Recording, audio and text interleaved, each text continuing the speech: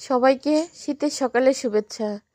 সকালেই চলে আসলাম রান্নাঘরে। আসলে প্রতিটা আপু মা চাচিদের কাজই তো সকালে উঠেই নামাজ কালাম পড়ে বাসি কাজ সেরে রান্না করা। এই সকালে যে কত ব্যস্ততা থাকে আমাদের, ঠিক না? হয়তো সব আপুরা মা চাচিরা আসলে এটাই ভালো জানে। শীতের দিনে কিন্তু সকালে উঠতে খুবই অলসতা লাগে।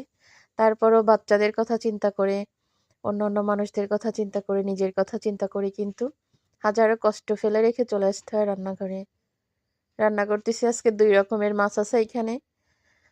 তো একরকম হচ্ছে তেলাপিয়া মাছ, একরকম হচ্ছে কাতলা মাছ। ২ রকম মাছের কারণ আছে।